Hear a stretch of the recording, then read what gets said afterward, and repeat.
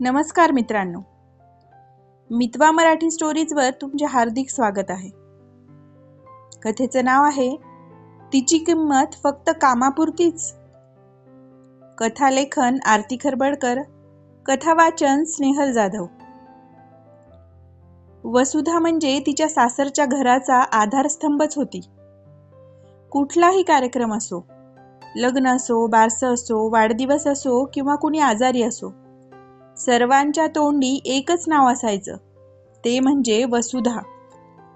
वसुधा देखील कधी नाही म्हणायची नाही. स्वतःच्या संसाराकडे थोडं दुर्लक्ष झालं तरी चालेल, पण दुसऱ्यांचं काम राहायला नको असा तिचा स्वभाव होता.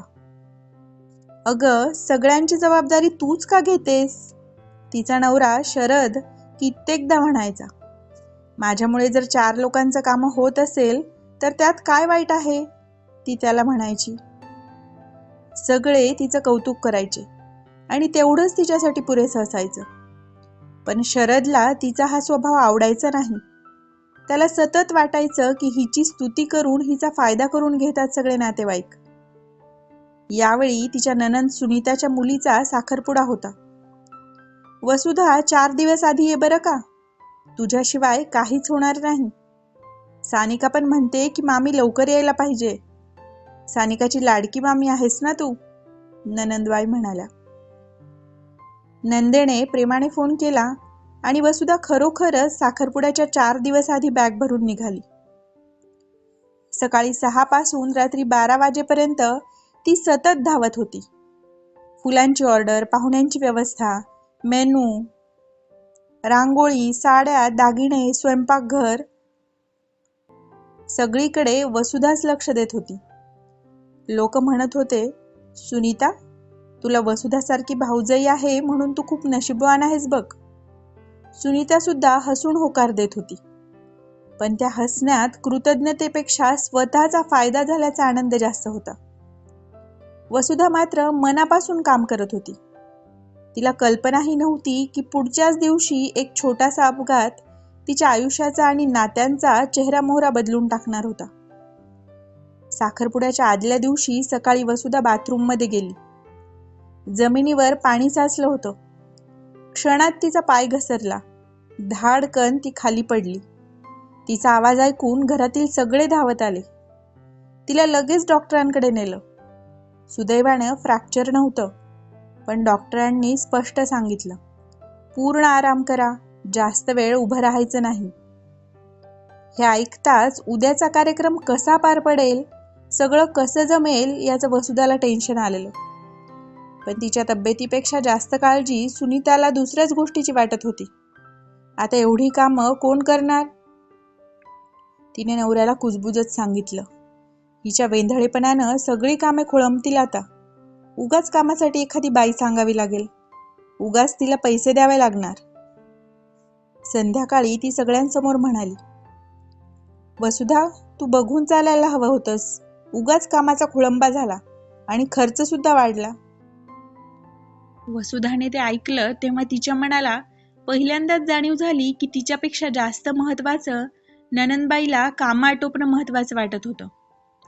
दुसऱ्या दिवशी सकाळी तर तिला कोणी चहाही विचारला नाही. ती वेदनांनी कण्हत बेडवर पडून होती. बाहेर मात्र कार्यक्रमाच्या तयारीची लगबग सुरू होती. जिला कालपर्यंत सगळे वसुधा वसुधा म्हणत होते, आज तिच्या खोलीकडे कोणी फिरकलंही नाही. थोड्या वेळाने तिचा नवरा शरद आणि मुलगी शर्वरी साखरपुड्याच्या कार्यक्रमासाठी आले तेव्हा शर्वरीने तिला चहा नाश्ता नेऊन दिला. आपल्या आईला अजून चहा नाश्ता विचारला नाही याचा खरं तर शर्वरीला राग आला होता.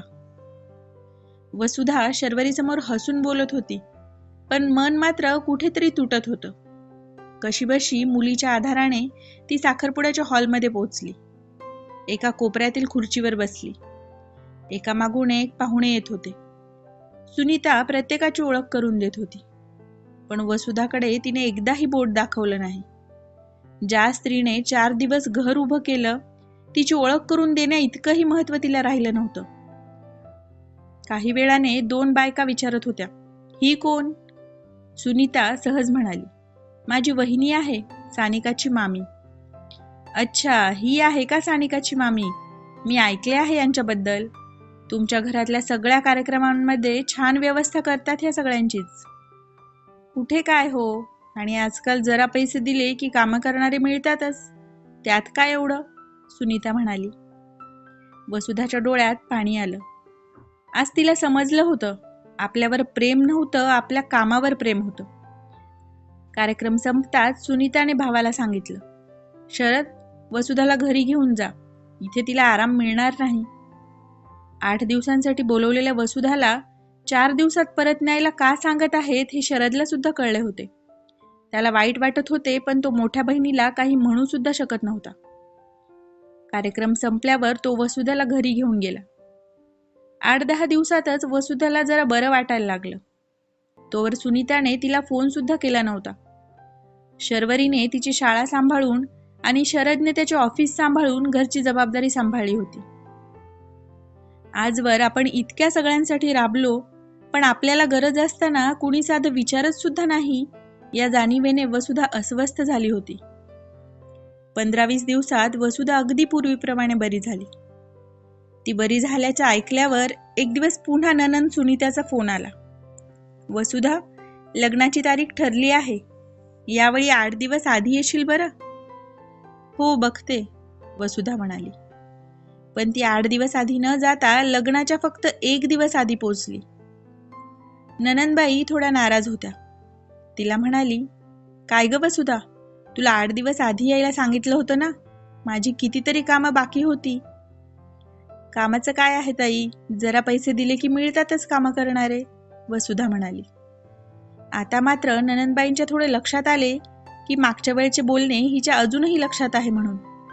मग विषय मोडत सुनीता म्हणाली, ते जाऊ दे, आता आली आहेस तर स्वयंपाकघर सांभाळ. ताई, माझ्याच्याने नाही होणार, मला हल्ली जरा थकायला होतं आणि कामात सुद्धा जरा वेंधळी आहे मी, वसुधा शांतपणे म्हणाली. क्षणभर सुनीता गप्प झाली. तिला साखरपुड्याच्या दिवशीचे स्वतःचे शब्द आठवले. तिने विषय बदलला. दुसऱ्या दिवशी लग्न होते.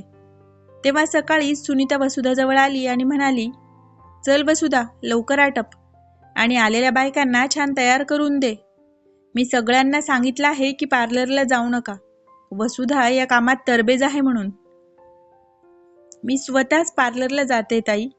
आज माझा मूड नाहीये स्वतः तयार व्हायचा आणि बाकीच्यांना तयार करण्याचा.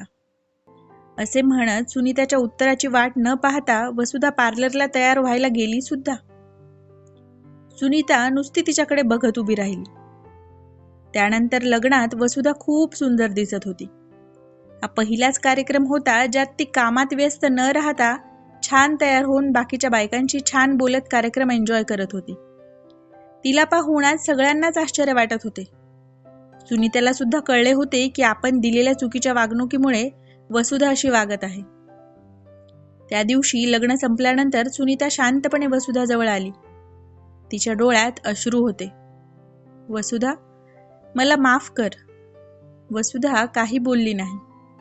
सुनीता पुढे म्हणाली, तू पडल्यावर मला तुझ्या वेदनांची काळजी नव्हती. मला फक्त कामाचं टेन्शन होतं. तू आयुष्यभर आमच्यासाठी राबलीस, पण मी तुझी किंमत फक्त कामापुरतीच केली.